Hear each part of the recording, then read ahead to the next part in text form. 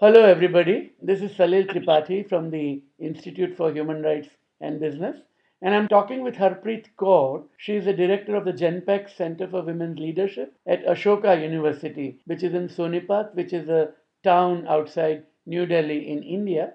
Harpreet recently hosted the consultation for Professor Surya Deva of the UN Working Group on Business and Human Rights about how to apply the gender lens to UN guiding principles. So, we are going to talk about that as part of our series on gender, equality, and non discrimination. So, Harpreet, thank you for joining us. Where do you think we are in terms of business understanding the idea of gender equality? Thank you, Salil. Delighted to be speaking to you on this. And I think it's also sort of the right time to be talking about the consultation and how it went. We were delighted to have people from over 30 countries, perspectives from various stakeholders, including businesses, including civil society, women's rights advocates.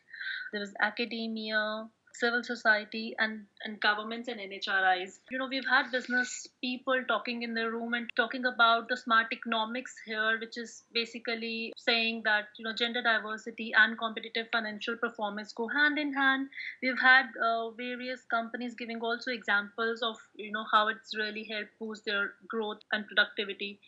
I think overall, if you look at it, in some ways businesses they do get that more women is good for their profits, more women is good for businesses as well as good for their economies as well. The World Economic Forum, where gender world's leaders meet to discuss economies, they have been emphasizing on rising income and gender equality in the recent years.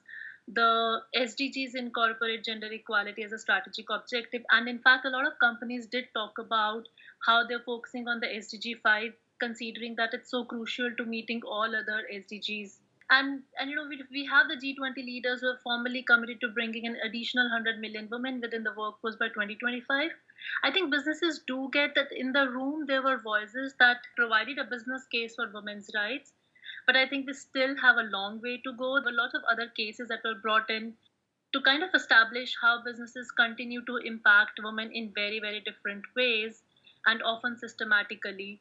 Now, you and I were also took part in the Indian Responsible Business Forum last Friday in Delhi.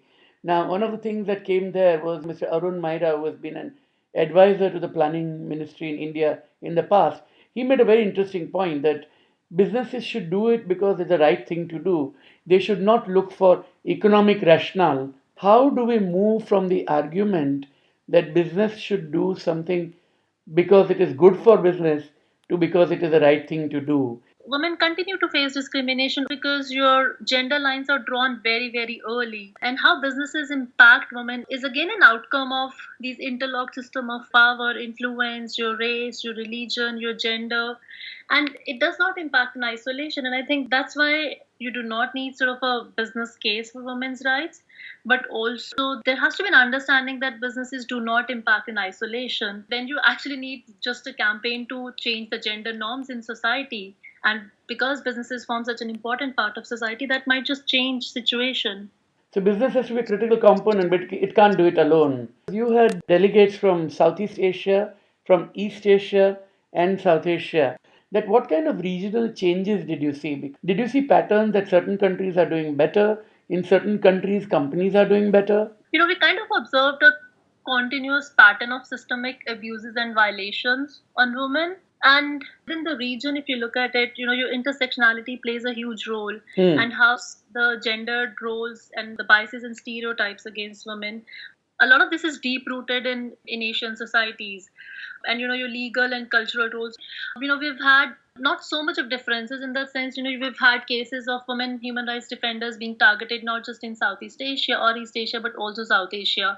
We've had issues about land rights again across the region, again women in supply chains, the low sourcing countries across Asia, and how women face gender wage gap, absence of living wages, lack of social protection, how there are discriminatory practices at workplaces, sexual harassment at workplace.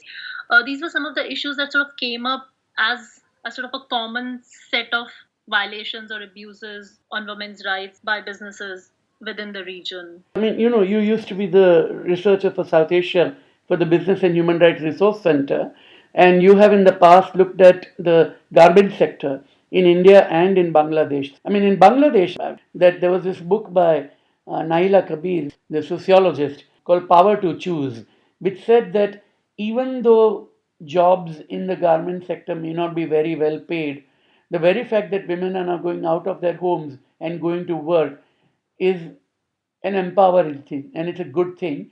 And the argument being that no job is worse than no job. And at the same time, you have cases where once they go in such a setting, they are more liable to be exploited or harassed and sometimes sexually abused. I mean, this is a tough thing for a company to handle, which is abroad. It is in Holland or Britain or something like that. And what would you advise companies which want to play by international standards in difficult countries? What kind of alliances should they forge? Should they be with local trade unions? Should they be with local companies, local NGOs? What should they do? Various things I think that companies can do. One essentially is to they need to make their value chains very transparent and ensure rigorous gender impact assessments to identify the gender dynamics at various levels, whether it's at recruitment, supervision, remuneration, or the complaint processes or the remedial mechanisms. The second thing that needs to be done is working closely with the NGOs and the civil society organizations. I previously said how businesses do not impact in isolations. And I quote you an example. I was visiting a factory in Delhi, Noida, and there was this woman worker, in one of the very low paid jobs. And she was talking about various incidents that she's not been very comfortable with at workplace. And she talked about how her supervisors pat on her back and say, oh, you've not done something right. And she said, I think that's still better because when I get back home, my husband beats me up really badly for things that I have even done right. And here is the supervisors who's just hitting me for something that I've not done right, and that's also is doing Hmm. politely. Look at the level of vulnerability and look at the level of being unaware about how she's being harassed, and her comparison is within her family structure and her social structure, where businesses in some ways cannot reach, but your civil societies can have a huge role. How they can help these women make more aware about their rights, both at workplaces as well as their houses or their communities, because you need to give them a voice not just at workplace but also to be able to raise their demands at societal or a community level too. Thanks very much, Harpreet. This is very helpful, and all the best with your work at the Center for Women's Leadership.